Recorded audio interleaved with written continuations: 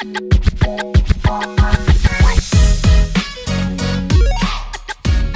and welcome to episode 3 of the Sexy Back Blueprint podcast. I can't quite believe I'm already saying I'm 3 episodes into this when I decided to sort of make this plan. I didn't know how long it was going to run for, but we're 3 episodes in anyway. And today I've got a really special guest with me today. And when I first started to plan these podcasts out, this person was actually one of the first persons I wanted to reach out and ask. So I was really pleased that he decided to come and join me on this podcast. So let me introduce to you Charlie Edwards. Hello, Charlie. Hi, Guy. Thanks for that. Obviously, I'm Charlie. I'm a PT, S&C coach and online coach from Surrey. I connected with Guy through Instagram and lucky enough to be invited onto his lovely podcast. So hopefully we can cover some good topics for you guys and help get some good information out there. Yeah, great. No, thank you. I think I was looking back through the messages and I think we first started talking through, I think it might have been lockdown. I think it was a good sort of 2-3 years ago. I think we first sort of had a bit of our first sort of message interaction with each other. But yeah, so we've sort of been chatting a little bit for the last sort of few years, really sort of supporting each other's businesses. Yeah, probably so. Yeah, it's nice to connect with a few coaches here and there, especially if you respect exactly what they're doing. And some of it relates over to your stuff. So occasionally I'll share some of your posts, occasionally you'll share some of mine. And it comes on that end goal that we're trying to help people, whatever their struggles may be. Yeah, no, absolutely. So, I mean, the idea of this sort of podcast is we want to sort of keep it sort of quite high level. I know sort of Charlie obviously works with sort of some similar clients to myself. And it was more sort of go through some of the pain points that we both work with and sort of how we overcome those pain points with those clients to sort of try and see if they trigger anything with yourselves and see if they might sort of help sort of spark something to sort of basically get you started or get you motivated into that sort of that fitness journey. So obviously Charlie obviously just gave a brief introduction there. So what sort of people do you actually work with? So I've been working with different types of clients since I was 18. So it's first real job that I really wanted to do and chose to do. And I've worked with fat loss clients, strength and conditioning clients, like different sports teams, players, that sort of stuff, as well as your sort of generic weight loss and general health and fitness goals. Most common goal that comes to me is I want to tone up. I want to tone up and lose weight. You probably hear this all the time, Guy, but yeah, that is the most typical goal that I deal with. I'd love to work a bit more niche into the sports conditioning and sports performance stuff, as that was what I did my degree in, but there's only so much of that around. And ultimately the goal is to help as many people as possible. And I don't mind what goals they have, as long as I can help them achieve them. Yeah, no, that's fair enough. I think, and again, probably some of the pain points that we've sort of both come across, obviously, especially when it comes to weight loss, even some of even toning up as well, probably very similar. Sort of, obviously, as we sort of mentioned before, I work with a lot of parents through mine. So one of the most common things that a lot of the parents that I sort of speak to is time, and I think that is such a massive part of or anyone's sort of pain point is time. Is that something that you come across? It definitely is. It's not one of the ones that I was going to mention today, so it's great that you brought that up. But yeah, time is the killer, right? If you can invest your time wisely, then you can get the results you want. But ultimately, we all have the same amount of hours. It's just what we have to commit to other external factors. For example, parents, of course, have kids and other factors that they have to play in. Whereas for myself, living on my own, I don't have to worry about that sort of thing, for now anyway. For now. Your time will come. Your sleepless nights and all that will come soon, don't you worry. So what sort of things, I mean, what's the number one thing that you come across sort of as the main pain point with your clients? So the number one thing for most people that I work with is motivation. And that's another reason why I started this whole new online platform and online avenue, is that I can be there for people 24/7 or near enough, right? The whole online coaching model is brilliant for that, because we've got our phones at our fingertips most of the time, and people have questions that they're itching to ask sometimes. So we can get feedback right to them immediately, and it saves them time and obviously gets them to their goal. Yeah, no, 100%. I mean, yeah, motivation is especially when it comes to online, being motivated to sort of start doing online things can be tough, because especially the olden days, we almost sort of like you'd Google a workout, you'd almost sort of do that, but there's no motivation to go and do it. But having that almost that accountability with a coach that you can work with online that can support you and almost hold you accountable by the end of it. Almost, did you do that workout? How did you find that workout? Things like that. I mean, what sort of things do you do to motivate your clients online? Yeah, so with the online guys, obviously they're not face to face, so they don't get that me pushing them and shouting at them during a workout, for example, or counting down their reps. So it can be difficult to get that motivation across. So obviously we'd have things like weekly check-ins, monthly check-ins to point them in the right direction, make sure they know where they're going, what's gone well, what hasn't from the weeks that have passed. And that just helps boost their motivation, of course, because they know what direction they're heading in. They get a little bit of accountability from me, but also some tough love here and there if they're not hitting the target. So some people, of course, don't deal with that too well. So you've got to base it on the client themselves. Some people do better with lots of sort of useful feedback and pushing them that little bit further, whereas others just need bullet points. So some people coach differently to others. But yeah, overall motivation, everyone has dips with it, regardless of whether you're a coach or whether you're a client, right? So there are different things that we can implement. Like I said, touching in on pain points, something you mentioned earlier. Not everyone's pain points are just motivation alone. They can have multiple. So checking in with them on a daily basis or weekly basis. And the great thing about the online coaching platform that I use is that it notifies me every single time someone's completed a workout. So I can drop a little message underneath, see exactly what they've done weights wise. Okay, have you pushed yourself? Did you enjoy this workout? What didn't you like? What can we change to get a better outcome for you if that was the case and you didn't enjoy it? Yeah, no, I think some of the things that you exactly just said there is being able to discuss with them how the workout was when you're doing it online as opposed to in person. Because again, when you see clients sort of face to face, you can push them and you can almost sort of say, look, you've got a few more reps in you, or we can increase the weight. You can do things like that. But obviously online, you have no idea if they're pushing themselves. If they almost come back and say, yeah, I found that one really easy, or sort of a 2 out of 10 in terms of exertion, you can almost sort of then, I don't know, increase the weight from there and almost sort of plan their workout a bit more effectively to sort of make it more beneficial to them, because obviously that's part of the online thing. It's never going to be perfect from day one, and that's obviously why we go through all those check-ins and we go through it to sort of make sure, and by sort of within a few weeks we almost have that perfect routine. The weights are right, the reps are right, the workout sort of works for them, they're doing everything they enjoy, but they're still getting the results they want out of it. And that's it. And it builds up over time, right? I'm sure your coaching platform online wasn't perfect when it was first built. Mine was way well off. And now, right now, I've got so many resources, tackled so many issues and struggles that really I'm at the point where if someone new comes into the program and they've got a struggle, I've probably covered it in the past. So it is a case of regurgitating information, pointing them in the direction of resources and videos that have covered those topics. And yeah, like I say, regurgitating the information, chunking it down to make it accessible for them, and start from the ground up. It is a little bit of a trial and error process sometimes to begin with, based on the information and obviously knowledge that we have as coaches. But not every tactic works the same for every client. So we have to break it up into manageable chunks for people, so they can make themselves 1% better every single day, which is what I like to say about it.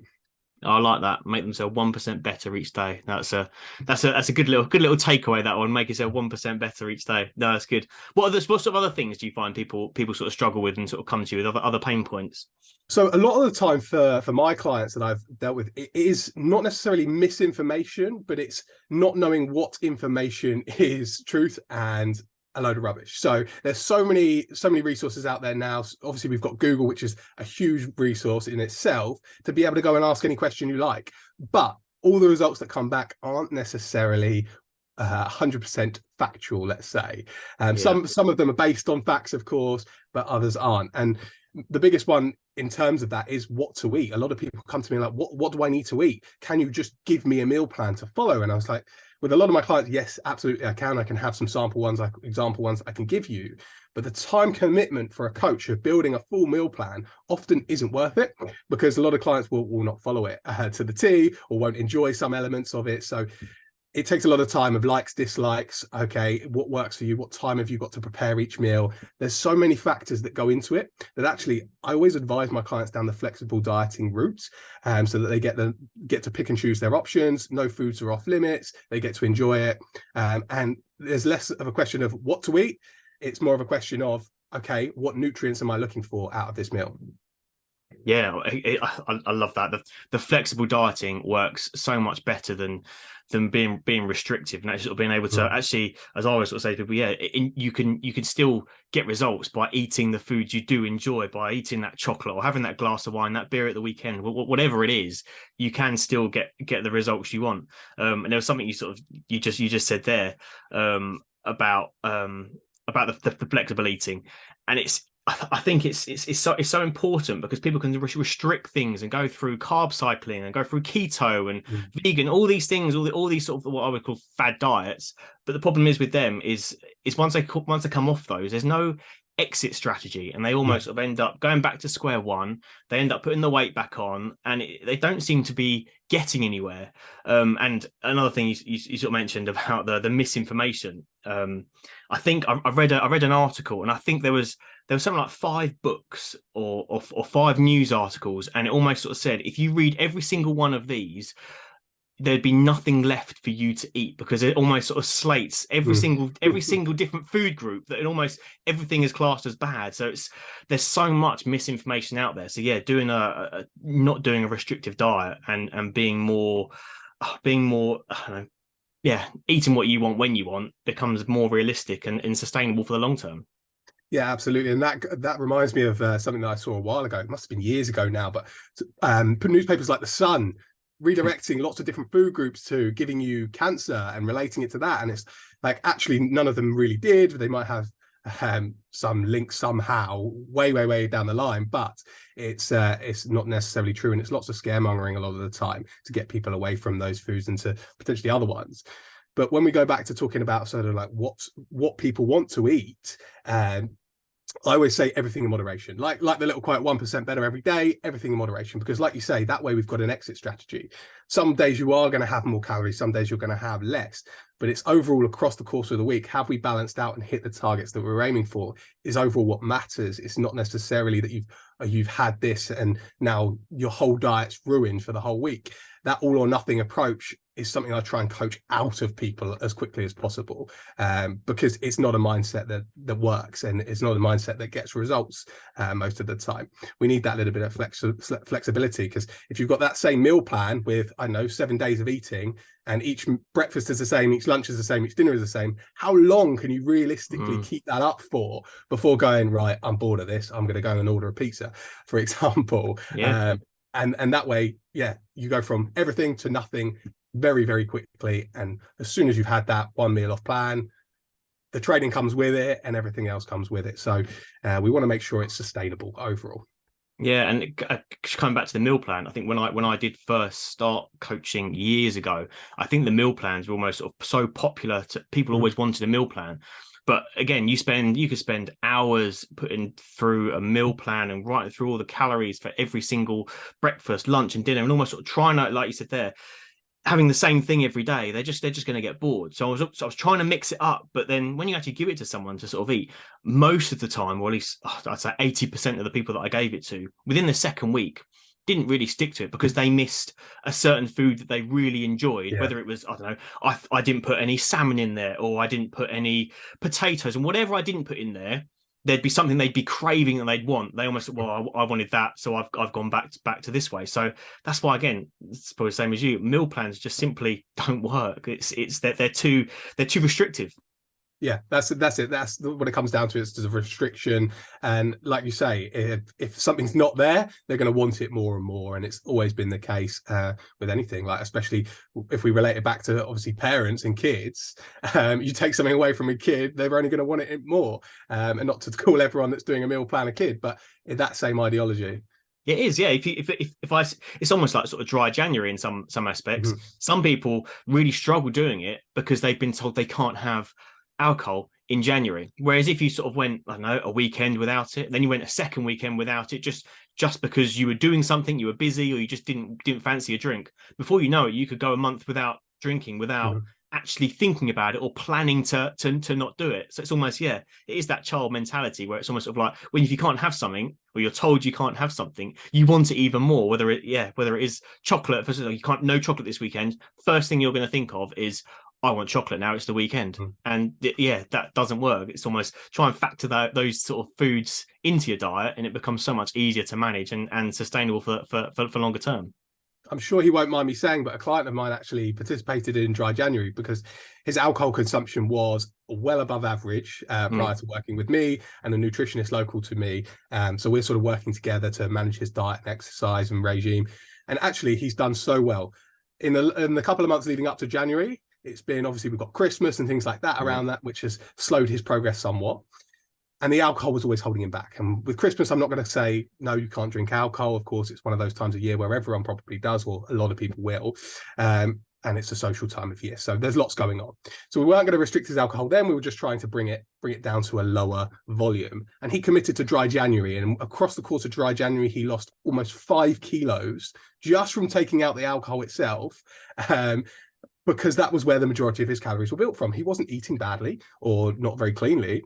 It was just a case that the alcohol was always pushing him from maintenance into a calorie surplus and causing him to gain weight. So it really can be a big factor in understanding and looking at your diet as a whole, taking a step back and just seeing everything from someone else's perspective, where you could be going wrong. And that comes into sort of the lack of understanding, a lack of information is actually, you don't know where you're going wrong until you get an outside perspective sometimes. Yeah, exactly that. I mean, that's an incredible result just from cutting out alcohol alone.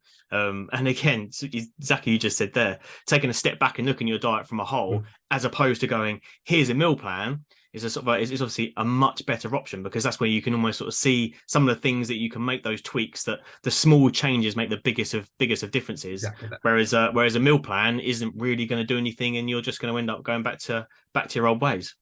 Yeah, and when I speak to any prospective clients, for example, the first thing I say to them is, I'm not trying to make a huge lifestyle overhaul for you. It is a case of, actually, I'm going to look at your diet, look at your training regime, make small tweaks, aiming to be 1% better every single day or every single week, just making tiny changes that are manageable. And so it's not a case of, right, you're having chocolate every day, we need to cut that out completely. It's actually, okay, how can we reduce that to little and often, so you're still getting a quick hit of sugar here and there if you need it, because otherwise, if you take it out completely, what's going to happen? The body's going to crave it even more, like we mentioned. So yeah, that's typically one of the biggest struggles that my client base faces, and it's knowing what to eat and knowing how to manage their diet correctly.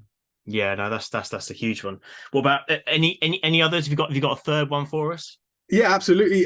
So looking deeper within that, hitting protein targets. I'm sure this is something that clients of yours have found as well. And when you take the general population into a fitness and lifestyle transition, and they want to go into this huge body transformation, one of the key things that sticks out is, oh, I need to focus on my protein. I've never done this before. I've never, ever had to prioritize this because no one teaches you this sort of stuff. I've gone through, obviously, public education schools, and only because I chose to do sport or A-level PE, that sort of thing, is that I learned about this and learned about the intricacies within the diet.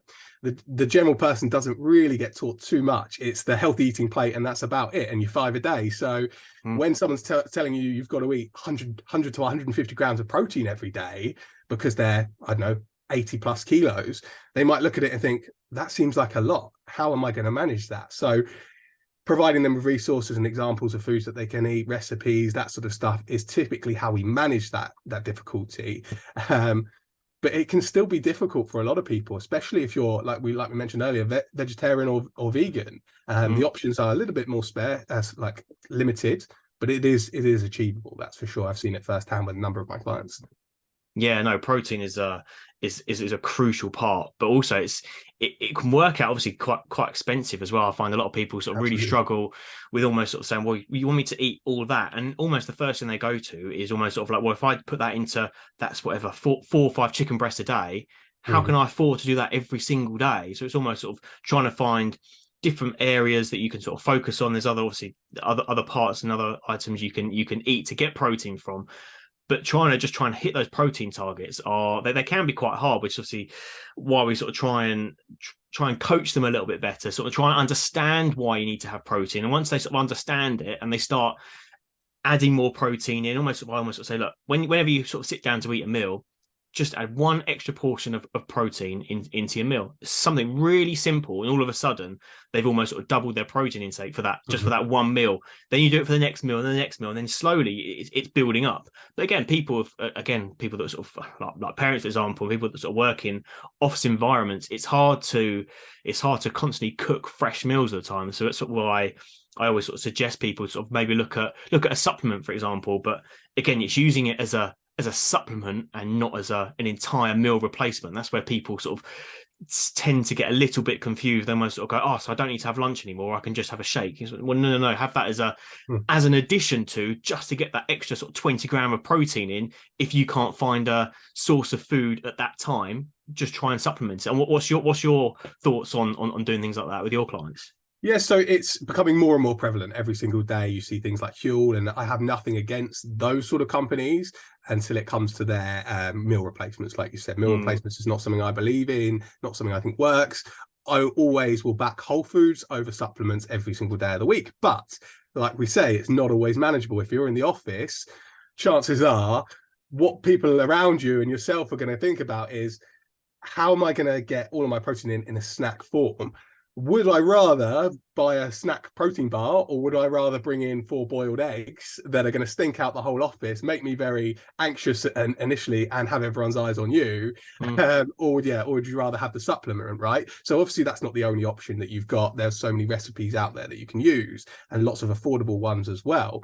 I'm sure off the back of just randomly here, we could list, 10 plus protein options each, but the average person wouldn't be able to. So we've got to look into a little bit of preparation, for example. That's what I get a lot of my clients to do. And myself, of course, I do lead by example on that one. Is I prepare my protein. I don't always prepare my meals.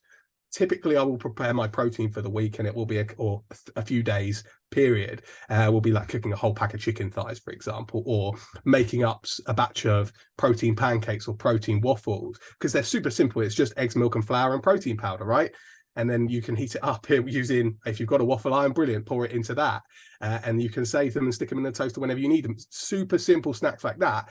When people think protein, they think chicken breast, they think eggs, they think anything meat related, which, like you say, can be costly and difficult to prepare. So it's about allowing my clients to understand that there are lots of options, and things like cashew nuts that are sat next to me right now can be nice prop placement right there. Can be a brilliant option if you've got high enough calorie target to allow that, of course.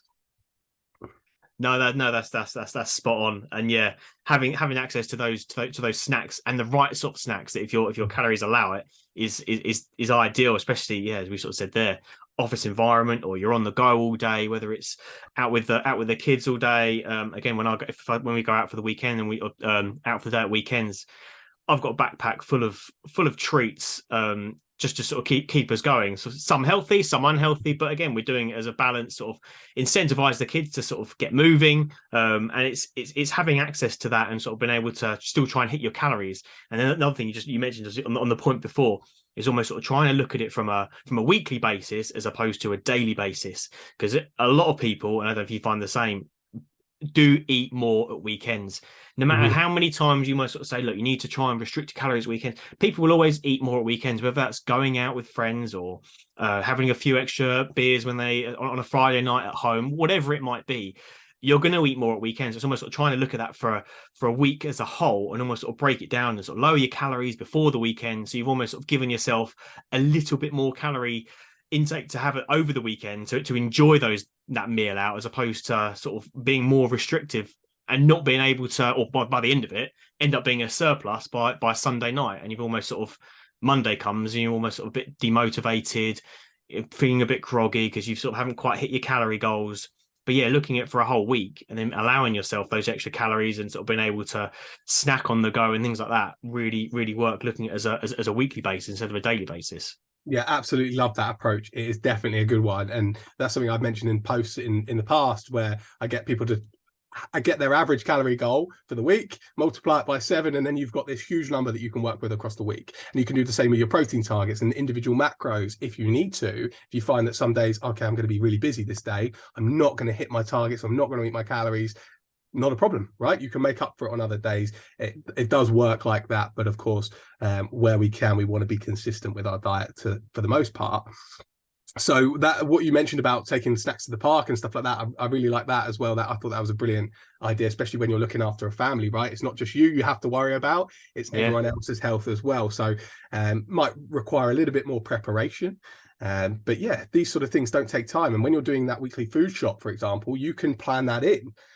If you don't have too many of these unhealthy snacks in the kitchen or in the cupboards, you're not going to eat them. So when you're loading your trolley up with whatever food you want for the week, make sure you've come prepared. You've come with a list. You've come with the meals you're going to have for the week. And that's something that I always mention to my clients, is removing the variables. If there's too many variables and questions for yourself, what am I going to have? Or what am I doing? Oh, I've got this, I don't know what to do.